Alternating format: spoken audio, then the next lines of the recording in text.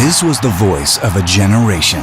You know, if you want to pick a symbol, you know, what Generation X was, that symbol is going to be Kurt Cobain, and that song is going to be Smells Like Teen Spirit. He was angry, he was confused, he was resentful, but he just clearly had that total star power thing. His music sparked a pop culture revolution. Teen Spirit exploded so big and so fast that it just came from all sides. It just seemed to come on like a tidal wave. But Kurt Cobain was also a renegade from fame, isolated in a world of drug abuse and severe depression. Courtney found Kurt passed out by the bed on the floor. He was, you know, deathly pale. There was like blood dripping out of one of his nostrils. And his life would become one of the greatest tragedies in rock history. As far as the music world was concerned, when Kurt died, the air just went out of the room. It's like a silence. Nothing to lose. Leads you to where you are today. I believe in storytelling. It's gonna make you a star. I'm still trying to figure that out.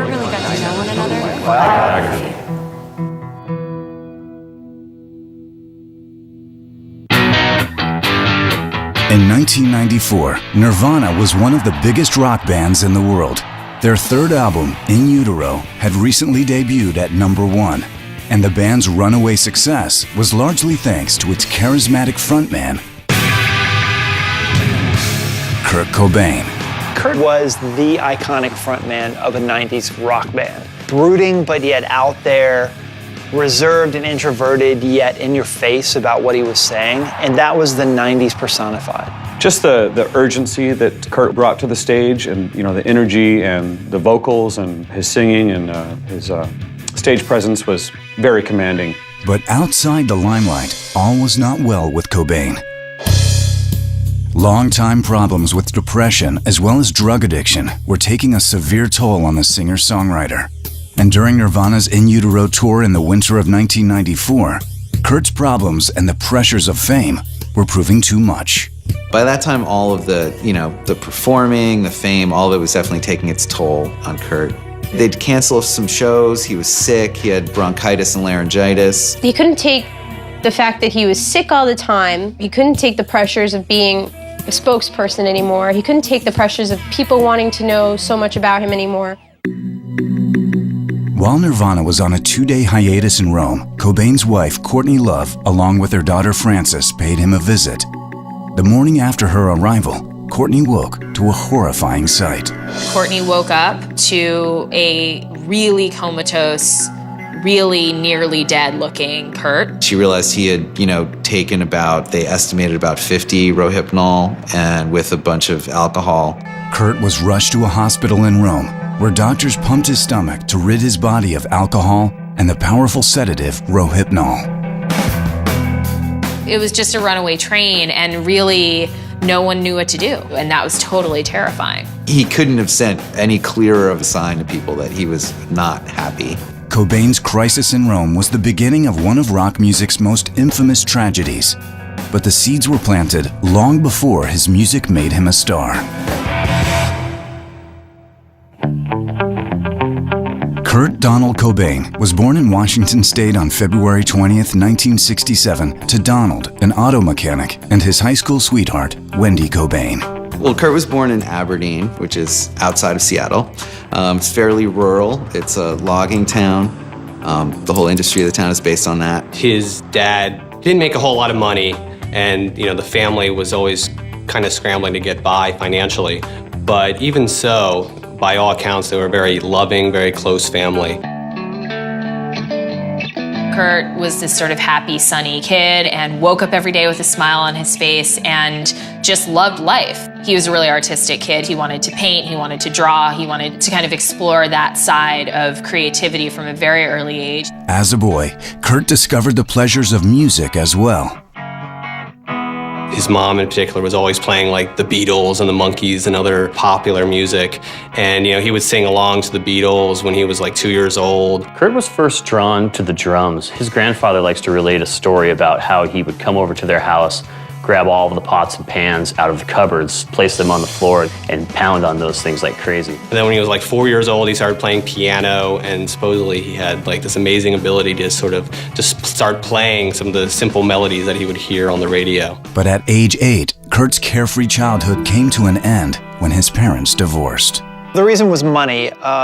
You know, Kurt was really young, and his mom claimed that the fights were always over money with his dad, and that essentially was what we know about why they broke up. I mean, they hated each other for a time, and it was brutal for him to see that because he just didn't get it. He didn't understand it. So it was just a nightmare for him. And he was such a sensitive kid, and he became much more quiet, and he wasn't outgoing anymore. At first, Kurt lived with his mother in Aberdeen, but after 3 months, he missed his father and decided to move in with him in Montesano, 11 miles away. His mom had started dating again, and he was just very uncomfortable with that situation. So he moved in with his dad, and at first it was a great situation for Kurt because he was sort of the center of his father's attention, and he loved that. So his dad promised not to remarry, or Kurt forced him to say that. Unfortunately, what he didn't realize was how seriously Kurt actually meant that. And when his dad did remarry, Kurt just totally held it against him. And it really affected their relationship afterwards. Worse yet, his new stepmother already had 2 children. At 11 years old, Kurt was no longer the focus of his father's life. He didn't get as much attention, and that really had a big impact on Kurt. By all accounts, he terrorized these poor other kids who got brought into this family, and it just didn't work. Kurt started like not doing very well in school. He started, smoking weed and just like skipping classes. As an attempt to sort of counter that, his dad insisted that he join like the wrestling team, and at one of the wrestling matches, Kurt let himself be pinned by an opponent that he, might have otherwise been able to beat, and his dad was outraged. And it was just Kurt's way of lashing out at his father. As Kurt entered his rebellious teens, he lived with a string of family members. But no one seemed to be able to get through to the troubled young Cobain. But then, a birthday present changed his life. For Kurt's 14th birthday, his uncle offered him the opportunity to choose his own present. He'd either have a bicycle or he could have a guitar, and Kurt chose the guitar. The guitar immediately provided him with an outlet for these feelings that he wasn't able to express otherwise. That became his outlet, that became his whole identity, and that guitar was, Kurt's lifeline. In 1981, Kurt entered high school. There, the longtime Beatles fan made the friend who would introduce him to a new style of music, one that suited his rebellious streak and would come to shape his life and his art. When Kurt was in 9th grade, he met this kid who called himself Buzz Osborne.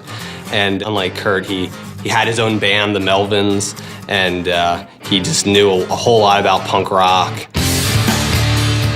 When he met Buzz Osborne, King Buzzo, from the Melvins, Buzz just sort of became his mentor and sort of taught him about punk rock, and he kind of became the Melvins mascot. He was getting plugged into the sound of visceral 80s punk rock in, early high school, which is pretty much exactly when you want to start listening to that stuff. It's right when you're really vulnerable to it. So you can get in there in your DNA and change you for life, which is exactly what happened to him. At age 17, punk was becoming an all-consuming passion for Kurt, and it left little room for school. The music was more important to him, and just before graduation, he sort of figured out that he wasn't going to be able to graduate anyway. He hadn't gotten enough credits, and just said, I don't need to finish this up here. I'm done with this. It was like, I will just play guitar and listen to music. And so after that happened, he dropped out, and his mother was furious. His mom said basically he had to get a job or else he was out. And he didn't get one. And one day he came home and all of his stuff was on the lawn. And that was pretty much the end of life at home for Kurt Cobain. After his mother tossed him out of the house, he just kind of drifted for a while. He would crash with friends, or he would sleep outside. He was just sort of a homeless and wayward teenage kid. you're cut loose and you're on your own, that's a painful and obviously very, very difficult thing to have to live through. But thanks to a generous friend with a spare couch, what seemed like a dead end for Kurt would open up a whole new world.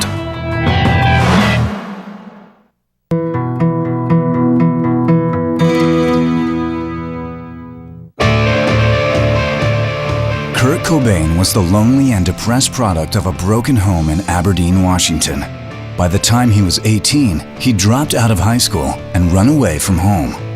But when a generous friend offered Kurt his couch, he didn't just give the runaway a place to sleep.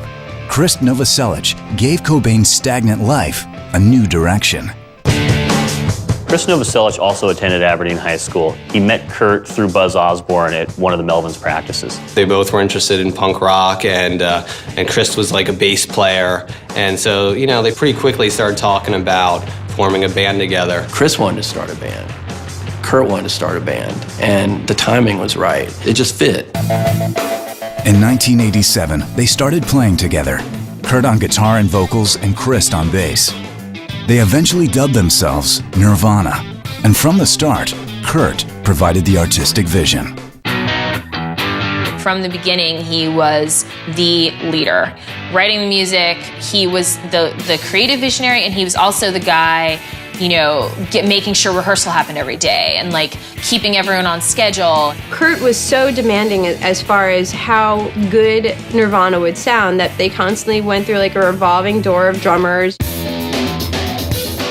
Obviously, he was drifting and kind of aimless within the rest of his life, but when it came to his music, he had a very clear vision and sense of what he wanted to be doing. And he's the front man. These are his songs. This is his vision, his identity. Cobain's affection for music wasn't the only love in his life. Tracy Mirander was Kurt's first real girlfriend. They met at a punk rock show in Olympia. They liked the same kind of music and hung out with the same crowd of people. And real shortly afterward, Kurt moved into Tracy's apartment in Olympia. Tracy is the girl that stuck by Kurt, that was there when he needed someone to be there for him. She paid his bills, she kept him fed, she kept him clothed. I tried to be real supportive of him and help him out because his music was real important to him, and I really, I liked Nirvana a lot, and I wanted them to be successful. Tracy wasn't the only one with faith in the band.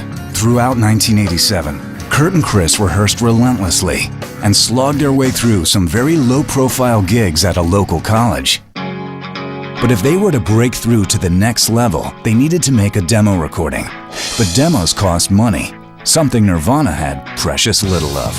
Kurt knew that he needed to get a demo, but he needed to pay for that. And so he took a job as a janitor. He wasn't going to compromise his vision of what his music sounded like. He could compromise the rest of his time to go get a paycheck so that he could keep the music together.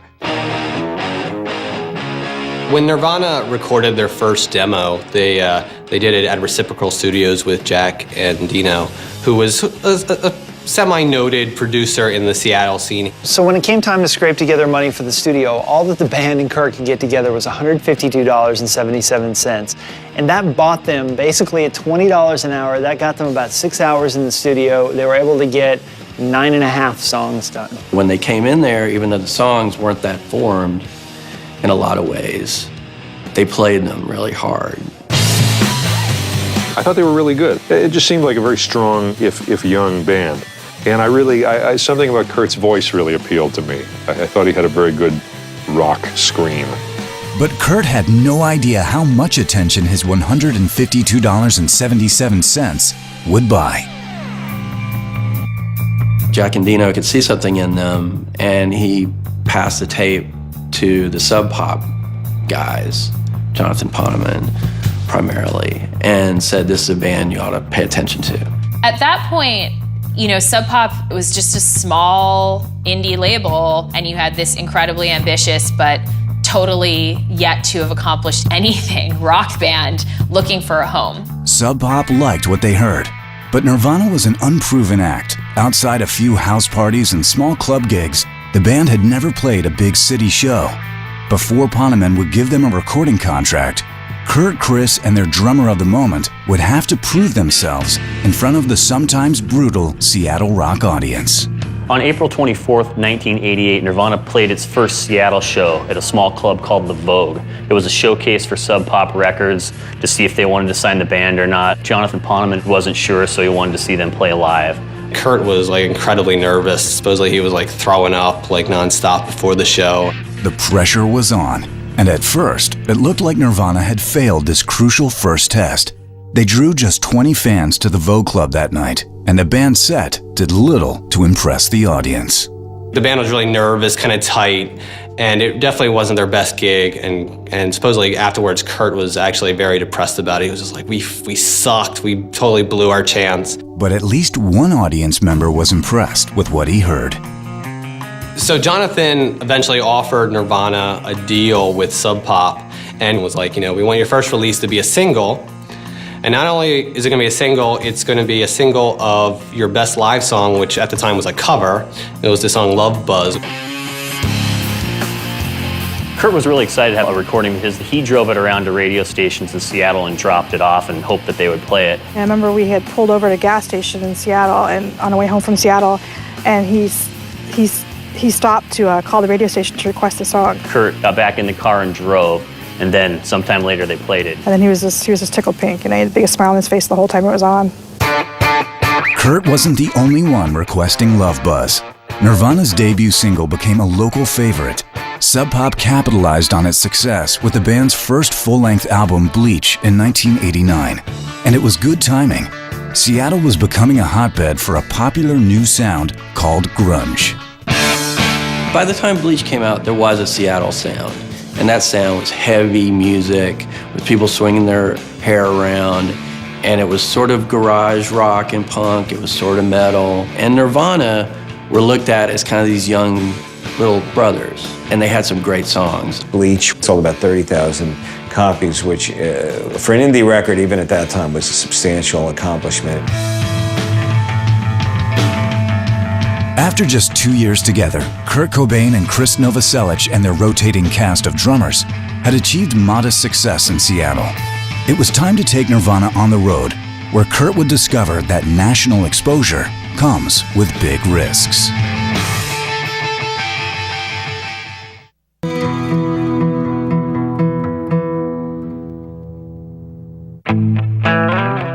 At just 18, Kurt Cobain left a broken home in Aberdeen, Washington, and immersed himself in the local punk scene.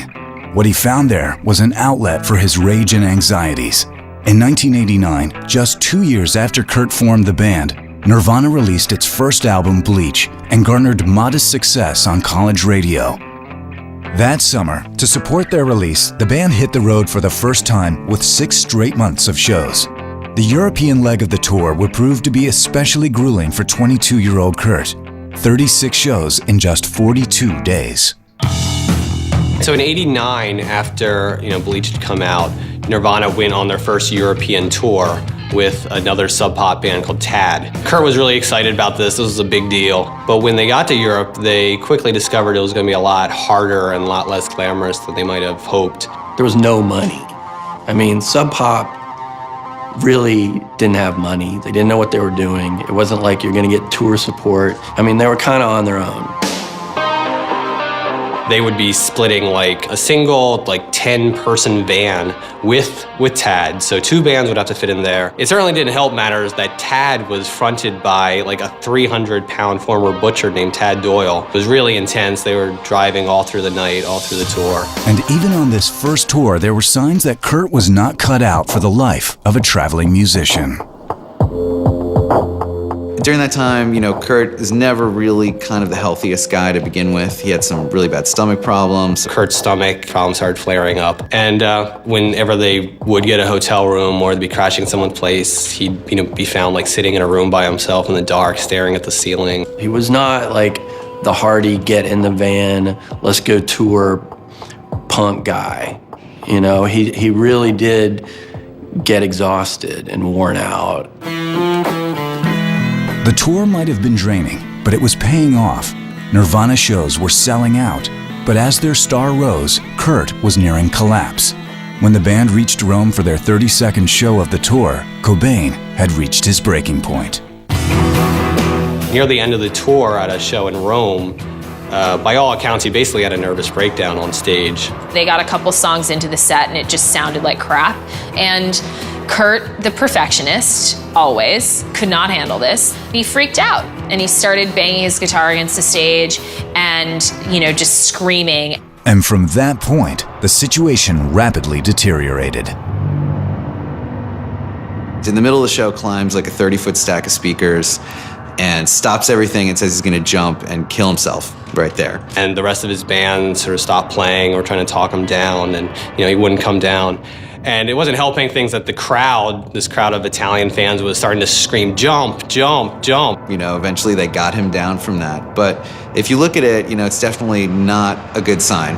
Even at that incredibly early point in Nirvana's rise to fame, the cracks were already showing. I mean, he just couldn't handle it.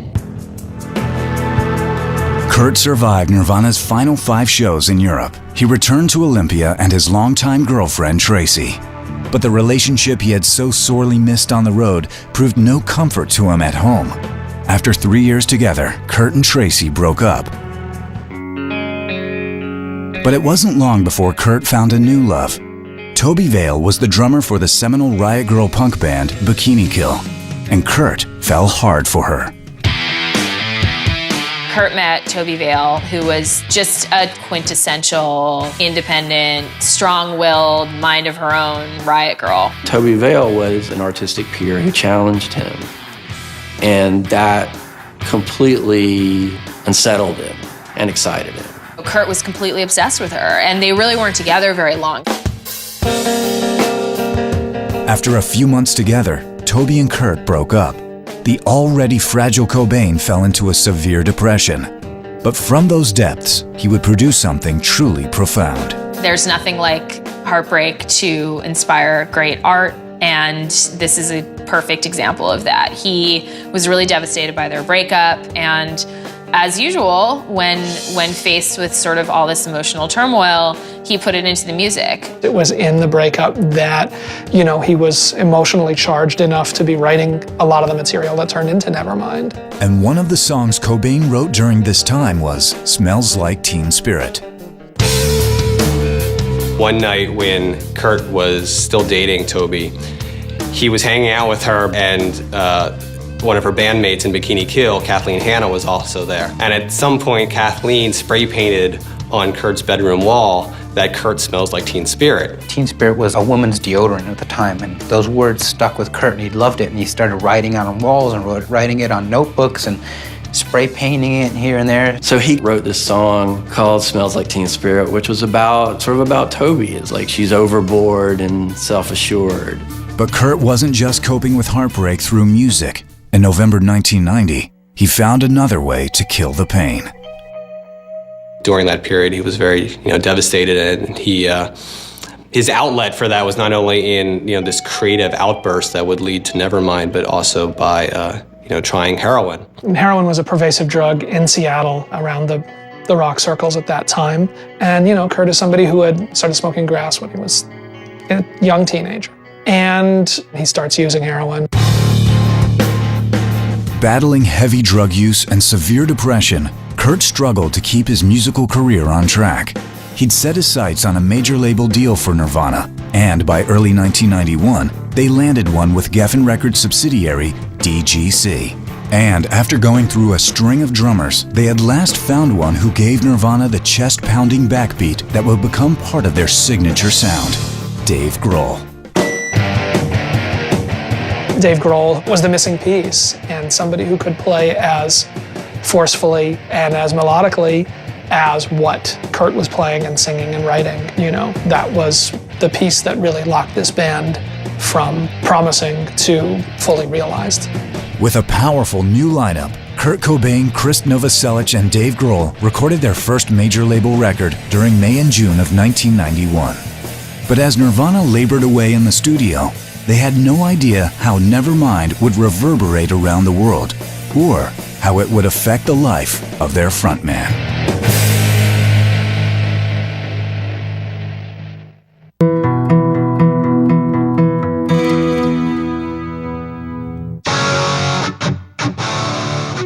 By 1989, Kurt Cobain's band Nirvana had built a following around Seattle with their angst-ridden but catchy songs, and the buzz built quickly.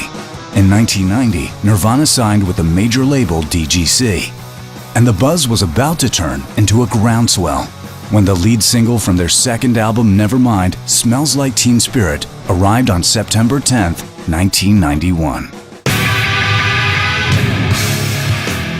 When Smells Like Teen Spirit came out, there was a certain kind of quality about what that generation was going through that Kurt put his finger right on. Teen Spirit exploded so big and so fast that it just came from all sides. It was on the radio everywhere, and it just seemed to come on like a tidal wave. The impact of the song was further reinforced by its riotous music video.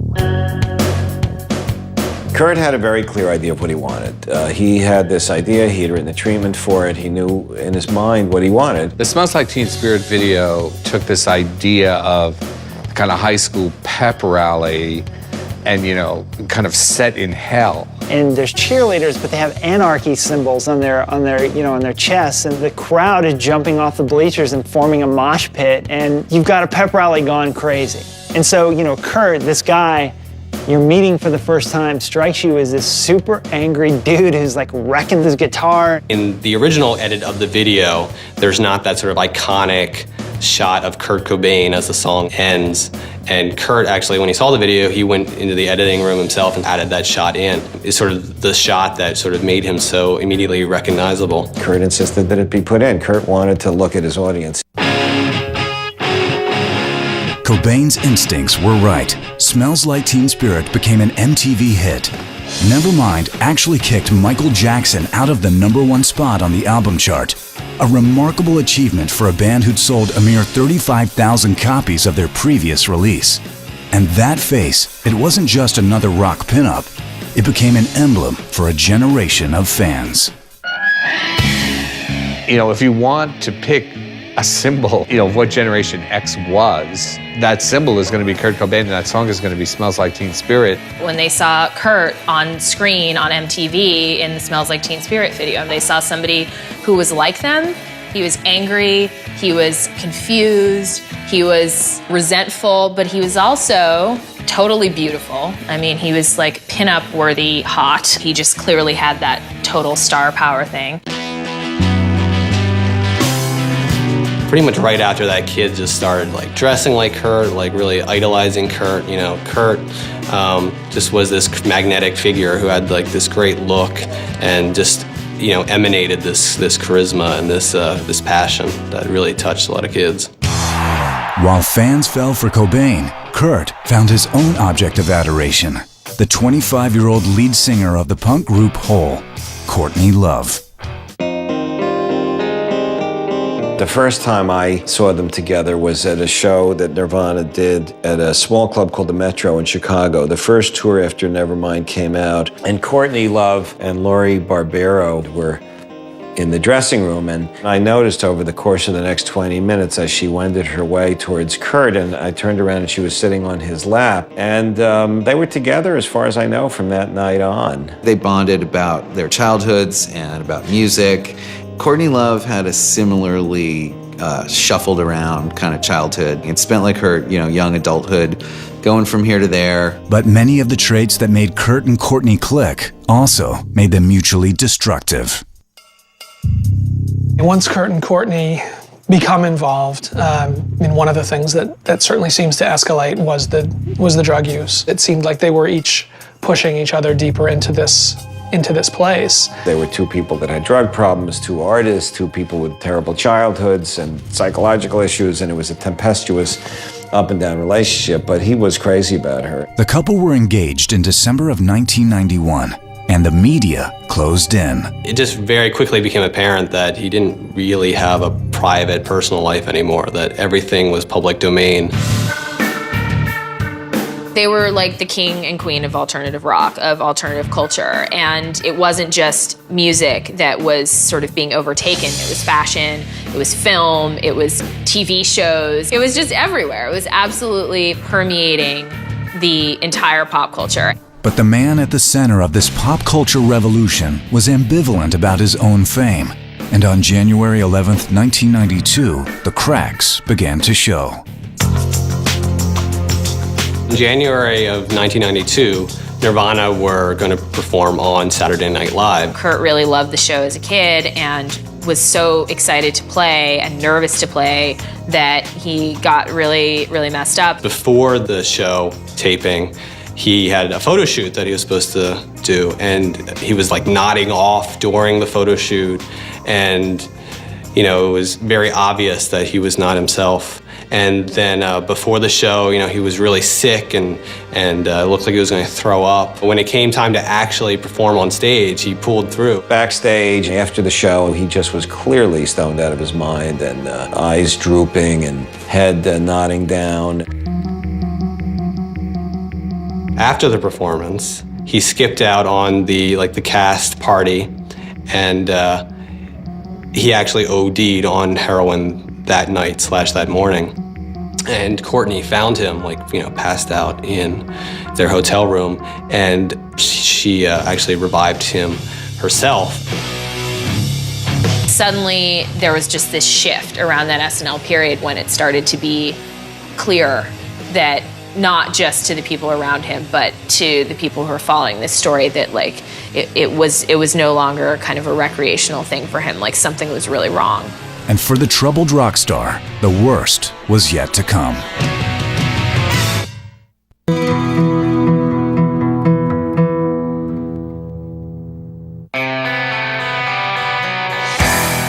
Kurt Cobain had been a runaway, an addict, and a high school dropout. By age 24, though, he suddenly found himself an icon for a generation. But Kurt was conflicted about his own fame, and his love life was just as complicated. 25-year-old Courtney Love was a lot like Kurt, a budding rock star who'd suffered a difficult childhood and addiction to drugs. But in January 1992, the couple received happy news. Courtney was pregnant. During a Nirvana tour stop in Hawaii that February, Kurt Cobain and Courtney Love became husband and wife. They got married on the beach in 1992 in Hawaii, and she was going to have a baby, and Kurt was ecstatic about that. When Courtney first got pregnant, the couple had to get off drugs. It was clear that she was really motivated to do that because she was carrying this child. Courtney realized that she had to try and detox. She wanted Kurt to do the same thing. She went and started working on that. He just couldn't make it stick. But a few weeks before Courtney's due date, Kurt gave detox another chance.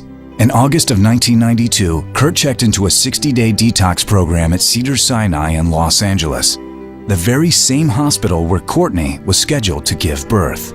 The way that Courtney tells this story, she was having the baby. She goes and grabs him out of the chemical dependency ward and drags him into the labor room where she's having the baby. Their healthy baby girl, Frances Bean Cobain, was born on August 18, 1992. Kurt was ecstatic, but the bliss was short-lived. In September 1992, Vanity Fair put out an article by Lynn Hirschberg that basically just portrayed Kurt and Courtney as complete drug addicts and unfit parents. Courtney was in the hospital recovering from giving birth. Kurt is still in detox at the same time. The Vanity Fair story comes out, and it's devastating. A close friend alleged that Courtney was taking drugs while she was pregnant. The Social Services Division of the City of Los Angeles made an investigation into whether or not she was a fit mother. It resulted in the baby being taken away from them. This sends Kurt into a relapse. He gets a hold of drugs, overdoses. He's revived, but he's really not the same again. After 7 agonizing months fighting Los Angeles County, the Cobains at last retained full custody of Frances Bean. But much of the damage had already been done. You like fatherhood? Vodka? Yes, I love vodka. In the wake of the Vanity Fair article, the tabloid The Globe alleged that their baby was born with drug-related health problems. I mean, who would not be very upset with that kind of grotesque media? It was important to them to try to establish themselves as a viable family, and they did this cover story with Spin magazine. There were these photos of them together with the baby, looking like the happy American family. It was no mere publicity stunt. The smiling Kurt Cobain fans found in the pages of Spin magazine was indeed happy. in a way he'd never felt before. People who know him very well have said that it was being around his daughter was the only time that he was really happy. He was a doting father. He adored being with Frances and adored playing with her, and was like a typical first-time dad. Just couldn't take his eyes off her. Creatively, Kurt was blossoming as well. In September 1993, Nirvana released their third album, In Utero. The Toby influence was all over Nevermind, and In Utero was the Courtney record. The first single, Heart-Shaped Box, is actually a reference to an actual heart-shaped box that Courtney sent to Kurt even before they were actually going out. And obviously, it stayed with Kurt and it made an impact. And it ended up selling millions of records and being a very important, successful record. A few months after the release of In Utero, Nirvana was approached by MTV to record an acoustic performance for the program Unplugged. When MTV approached Nirvana about playing their Unplugged show, Kurt Cobain was validated by this. Unplugged had really been like a songwriter's forum at that point. But this also, the stripped-down format also made him extremely nervous. And there was just, he felt a lot of pressure about it. He took it very seriously. And the performance itself, I mean, it really may be Nirvana's greatest performance ever. There was a great beauty to it. There was a great kind of delicacy that you often can miss in Nirvana's music was really there. It was powerful stuff. So the very last song that Nirvana played for the Unplugged performance was Lead Belly's Where Did You Sleep Last Night? At the end of that song, Kurt drew a breath in, looked down, looked back up at the crowd, and screamed the last two words of the song as loud as he possibly could. Kurt's like howling his guts out by the end. And the story goes that the producer, after they performed that song, actually was trying to get Nirvana out to play an encore.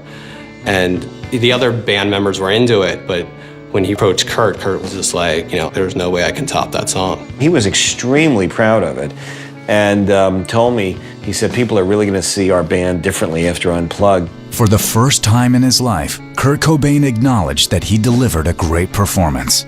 But even with domestic bliss and artistic triumph, Kurt could not escape his own downward spiral.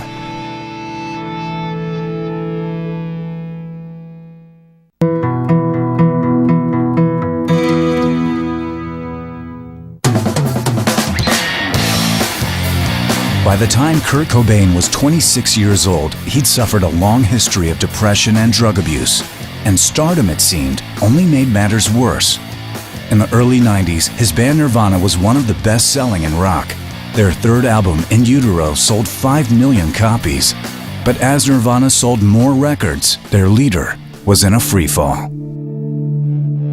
When In Utero came out, it seemed like the downward spiral for Kurt really began to accelerate. He'd been a chronic drug abuser for years and years and years, even before I knew him. And once he had access to money and more drugs, he was just constantly going back to that place. This is sort of the point in his story where heroin becomes basically the focus and the thing that took over everything. On October 18th, 1993, Kurt, Dave, and Chris hit the road to promote In Utero. Uneasy in the glaring lights of a massive tour, Cobain retreated further into heroin use. He started to need help sort of just getting through a show. They filled out the sound with other musicians. It just became apparent, even watching them on stage during that period, he just really seemed altered. I mean, he was on heroin a lot. I think the heroin was like a cocoon from all that stuff and all the fame. After touring Europe for 4 weeks, Kurt Cobain checked into the Excelsior Hotel in Rome on March 2nd, 1994 for a much-needed break. But for Kurt, the hiatus came too late. Courtney found Kurt passed out by the bed on the floor. He was, deathly pale. There was like blood dripping out of one of his nostrils. Kurt took a bunch of pills that caused him to go into a coma and almost died. He had like the packaging from these pills that he had taken this time. He had taken like 50 or 60 Rohypnol pills, and he had like a 3-page suicide note. So it was pretty clear right away that this was a very different situation. And Courtney called an ambulance, and Kurt was actually in a coma for 20 hours. All of these news reports kept coming back, and what happened, and was he dead? Many fans were already in mourning that Kurt had already killed himself, although at that point it had been announced as an accidental overdose. But the incident in Rome wasn't just another chapter in Kurt's drug exploits. Nirvana canceled the remainder of the tour, and Cobain returned home to Seattle with his family. And his brush with death did nothing to contain his appetite for heroin. Courtney banned him from using drugs in the house, but he found other ways to get to it. And unfortunately, he just kept using when they got back home. He would struggle. He had many different doctors that he went to and therapists and strategies to fight it, but it was a losing battle a lot of the time. That spring, it became clear to Cobain's friends that something had to be done. By March 1994, this is a guy who needed help. Everyone knew it. So his immediate circle had an intervention. My wife called me saying Courtney really wanted me to be part of an intervention. She was really worried that he was the worst he'd ever been. And then Courtney called, and I said yes. We went to the house in Seattle, and a few other people were there to try to get him to go into rehab. But the desperate attempt to save Kurt from uncontrolled drug use fell on deaf ears. It was very painful. He was argumentative and kind of angry about the whole thing. He basically went downstairs in their house and played guitar with Pat Smear and just didn't want to hear it from anyone, and just told them they were wrong and said he wasn't going to do it. Courtney had to go to LA, but she kept calling back home constantly, and she was trying to push Kurt into rehab. After a bunch of pushing, he agreed to go to rehab, but he only stayed 2 days and said, I'm going to jump the wall and get out of here, and that's exactly what he did.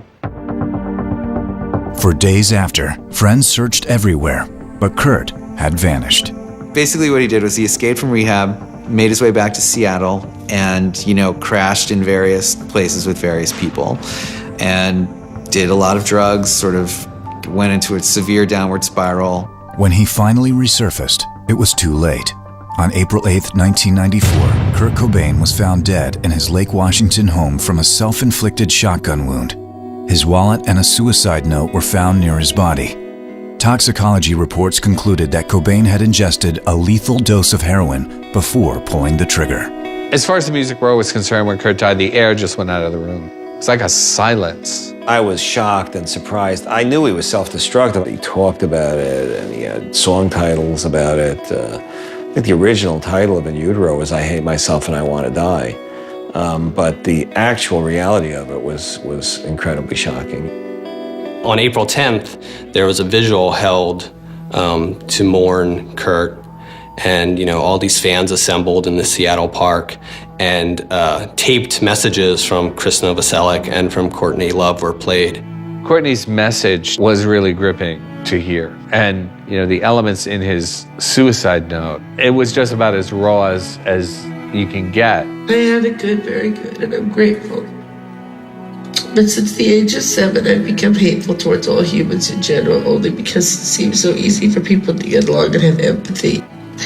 Only because I love and feel for people too much, I guess. Thank you all from the pit of my burning, nauseous stomach for your letters and concern during the last years. So remember, and don't remember this because this is a lie. It's better to burn out than to fade away. God, you ass. When Courtney opened her grief up to the kids and grown-ups who were grieving as well, it was a testament to and a recognition of what he meant to people and what he meant to her and who he was, whether he wanted to be that guy or not. More than a decade has passed since Kurt Cobain's suicide, but the reluctant icon of Generation X and the troubled voice of the 1990s endures. As long as we're having conversations about American cultural history, Kurt Cobain is going to be one of the chapters. He is the face of 90s culture. That's Kurt Cobain. He's the icon of his time. He left behind amazing music. He transformed forever the idea of what rock and roll could be. He's considered rightfully one of the great artists that the genre produced. I think that the idea of all that was lost with Kurt Cobain is something that kind of fires the imagination of younger people, I think. You know, there was a lot more to do. And I think that in some way, that work has been left to others. You know, maybe that's not a bad legacy to have, you know, where regardless of the suffering that you went through, your life and your music is inspiring other people to create. That's a great gift.